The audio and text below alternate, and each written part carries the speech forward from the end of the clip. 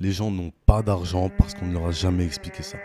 La principale erreur qu'ils font, c'est de chercher en priorité à réduire les coûts. C'est une erreur parce que réduire les coûts a un faible impact, surtout quand tu as peu de revenus. Vaut mieux utiliser ton énergie à augmenter tes revenus. Et pour ça, il y a des milliers de façons, hein. Tu vas avoir tes influenceurs préférés, ils vont te donner leur lien d'affiliation et tu pourras augmenter tes revenus avec un minimum de travail. Ensuite, les gens s'intéressent à l'investissement. Mais il faut comprendre que l'invest demande un minimum d'argent.